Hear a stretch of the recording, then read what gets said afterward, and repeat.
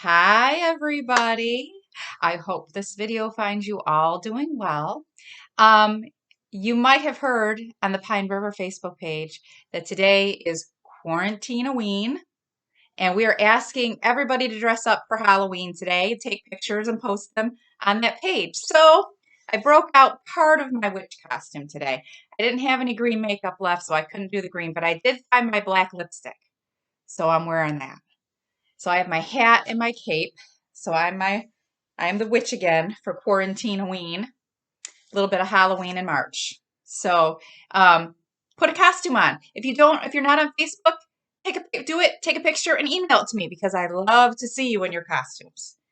All right.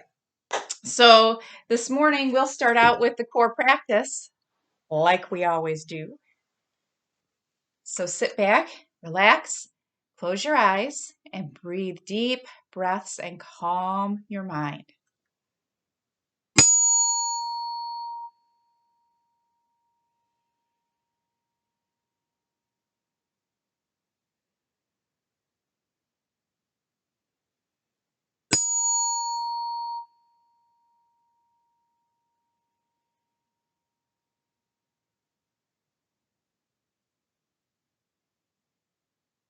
All right, great.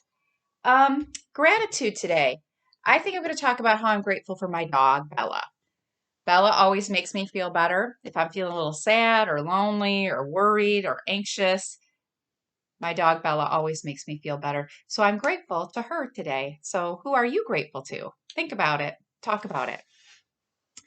All right, the other thing I wanted to talk about before I read is we had a lesson a long time ago in Mind Up about optimism and having an optimistic outlook. And I think right now, especially in the times we're in right now, it's really important to have an optimistic outlook. Now, you remember, optimism means you think about the positive in things. Pessimism means you think about the negative. So the example we had in Mind Up, remember we talked about the picnic that got rained out, and they were like, "Oh, it's raining. We can't have our picnic." And that was the pessimistic view. And the optimistic view was, "Oh, it's raining. We can't have our picnic outside, but we could have one inside." And they turned that negative into a positive. So I think maybe during this time, it's really important to think about the positive in this situation because there's not a whole lot of positive, really. It's hard. But I want you to think and be optimistic. You get to spend more time with your family. That could be something that's optimistic. You get to do things at home that maybe you've never had time to do before. That's optimistic. So I want you to take a little time today and think about an optimistic outlook for the time that we're in right now. And I think it might make you feel better. All right. So Hobart and Beatrice are getting married. Ramona is feeling a little better about it because she gets to be in a wedding. Beezus is very excited. And so this chapter, it's not very long, and I believe it's all about how Uncle Hobart thinks that he can get this wedding all put together in just like a week. So let's see if they're able to do that. It's called The Chain of Command. Saturday morning, Willa Jean and a very cross-looking Howie arrived with Uncle Hobart in his van to collect Beezus and Ramona to go shopping for wedding clothes. "How come you're going shopping with us?" Ramona demanded of Howie. Howie did not answer Ramona, but instead complained to his uncle.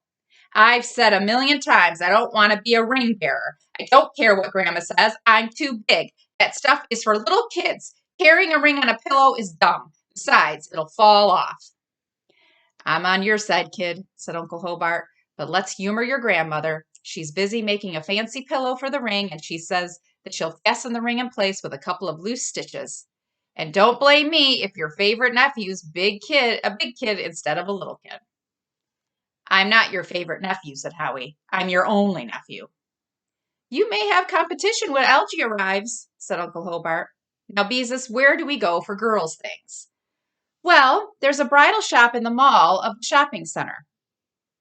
Beezus was shy about directing Uncle Hobart. "But I'm not sure they have our sizes." Hi-ho, off we go! Uncle Hobart backed his van out of the driveway and headed for the shopping center, where they found the parking lot crowded. Now what we need is a chain of command, said Uncle Hobart when he finally found a parking space. I'll keep an eye on Beezus, who keeps an eye on Howie, who keeps an eye on Ramona, who watches out for Willa Jean. Each makes sure that the next person behaves and doesn't get lost. I don't need Beezus to keep an eye on me, grumbled Howie, and Beezus always behaves. Willa Jean slipped her fingers into Ramona's hand, an act that Ramona found touching and made her feel protective, even though the little girl's fingers were sticky. So there they are, getting out of the car, and Willa Jean grabbing Ramona's hand. The chain of command proceeded into the mall, where they found a bridal shop filled with pale, floating dresses, wedding veils, and thin, floppy hats. Oh, breathed Beezus. Yuck, said Howie. The three-way mirror tempted Ramona to look at herself, but she resisted. She must set a good example for Willa Jean. Howie flopped down on a couch and scowled at his feet. The saleswoman looked as if she wished they would go away. Brides made dresses for two and one flower girl dress. Uncle Hobart sounded as casual as if he were ordering hamburgers. Dresses were produced. Beezus and Ramona were bashful about spending so much of Uncle Hobart's money and were uncertain about choosing. Willa Jean was not. I like that one, she said, pointing to a ruffled pink dress in her size. Okay, girls, asked Uncle Hobart. The sisters, who would have preferred yellow, nodded. The correct sizes for Beezus and Ramona, it turned out, would have to be ordered from other outlets in the chain of bridal shops. Yes, they would arrive in time for the wedding. The saleswoman promised. While Uncle Hobart paid for all three dresses, Ramona whispered to Willa Jean to sit beside Howie. Willa Jean actually minded. Ramona slipped over for a glimpse of herself in the three-way mirror, which reflected her back and forth from every angle. She began to dance, to watch all the Ramonas. Obediently, they imitated her, dancing on and on into the distance, tinier and tinier until they could no longer be seen. Forever me, thought Ramona. I go on forever. This is her dancing in the mirror and seeing herself going on and on and on.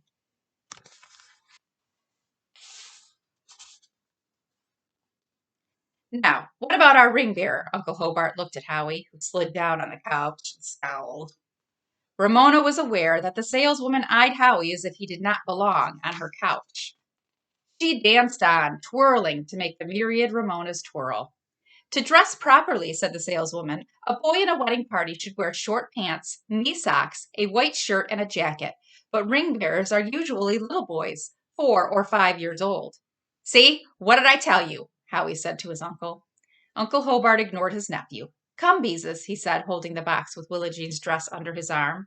As the next link, she said, Come on, Howie, who said, Come on, Ramona, who said, Come on, Willa Jean. Thank you for being such a good girl. Willa Jean beamed. The saleswoman looked happy to see them go. Uncle Hobart led his chain of command to a boy's shop where, much against Howie's wishes, he bought short navy blue pants, a white shirt, and a pale blue jacket. Everybody will make fun of me, said Howie. The salesman said the shop did not carry knee socks for boys. Beezus felt responsible for Howie. Girls' shops have knee socks, she suggested. Oh, be quiet, said Howie.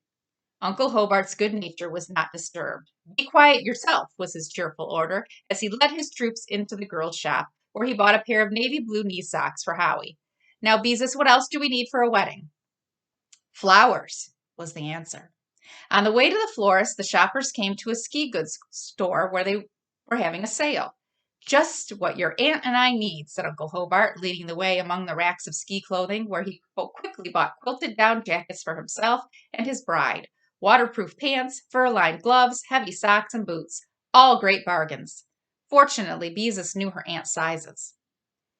You don't suppose he would wear any of this stuff at the wedding, do you? Ramona whispered to Beezus as she pulled a man-sized jacket off Willa Jean.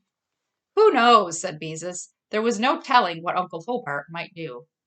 The troops carried all the bags and boxes across the hot parking lot to the van. On the way back to the mall, Willa Jean, who spotted the ice cream store that had 52 flavors, told her uncle she needed an ice cream cone. Uncle Hobart agreed that ice cream cones were needed by all. Inside the busy shop, Customers had to take numbers and wait turns. Ramona, responsible for Willa Jean, who could not read, was faced with the embarrassing task of reading aloud to the list of 52 flavors while all the customers listened. Strawberry, German chocolate, vanilla, ginger peachy, red, white, and blueberry, black walnut, Mississippi mud, green bubblegum, baseball nut. Grimly, Ramona read on, skipping pistachio because she wasn't sure how to pronounce it, and stumbling over nectarine and macadamia nut. Avocado, avocado ice cream, fudge brownie. She thought Uncle Hobart's number would never come, but of course it did. Here she is, helping Willa Jean order that ice cream. 5 double scoops of chocolate mandarin orange dipped in nuts, was Uncle Hobart's order. Double scoops with nuts? Beezus and Ramona were impressed. As ice cream cones were handed out and the group walked out into the sun-baked parking lot, Uncle Hobart said, "In the heat and dust of Saudi Arabia, I lay on my bunk at night listening to the wolves howl and longing for chocolate mandarin orange double scoop ice cream cones dipped in nuts." Ramona licked a drip of ice cream. "I thought you said you dreamed of your mother's apple pie." "That too," said Uncle Hobart. "A man can have more than one dream in life." "They don't have wolves in Saudi Arabia," said Howie. "Okay, listening to camels howl." Uncle Hobart led the way to a flower shop in the mall, where they were told they could not enter with their ice cream cones. This did not bother Uncle Hobart, who pulled a list from his pocket, stood in the doorway, and ordered 1 bouquet of white flowers for the bride, 3 wreaths of little flowers for girls, he pointed to the girls, and 2 bridesmaids' bouquets, not too big. "What color?" he asked Beezus, and took a big bite of ice cream. "Mostly pink to go with our dresses," said Beezus, daintily nibbling into her ice cream instead of licking. "Pink," ordered Uncle Hobart, "and a little bunch of flowers for the flower girl. We can't have a flower girl without flowers, can we, Willa Jean?" Willa Jean was too busy trying to keep ahead of her melting ice cream to answer. "And whatever 1 groom, 1 best man, and 2 ushers wear in their buttonholes. Oh, yes, and a flower for my ring bearer here." "Ah, Uncle Hobart," grumbled Howie, as his uncle handed over a credit card to the astonished florist and gave the time for the flowers were to be delivered to the Quimby's address. Willa Jean's flowers and the men's flowers were to go to the Kemps. "Come on, troops, let's go home," said Uncle Hobart. "Like I told you, there's nothing to planning a wedding." Ramona hoped the dresses really would arrive in time, and she licked the ice cream running down her arm. She knew Beezus was wishing the same thing. "Uncle Hobart, I don't think camels howl," said Howie. "I think they sort of snort." Anyone could see Howie had no interest in the wedding. Beezus, who had managed to eat her cone neatly, asked, "What about the church and minister?" She could not entirely trust Howie's uncle to remember. Uncle Hobart crunched the last bite of his cone. "All taken care of, along with the wedding ring and the caterer, who will supply the food. But thanks for keeping track. I might forget something." "He probably will," thought Ramona, and wished she had a 3-way mirror in her room at home so that when her bridesmaid's dress was delivered, she could watch herself twirling forever. That's the end of the chapter. So I think they did a pretty good job shopping. So let's hope it all comes together for the wedding. Have a great day, and hopefully I'll see you tomorrow with the next chapter.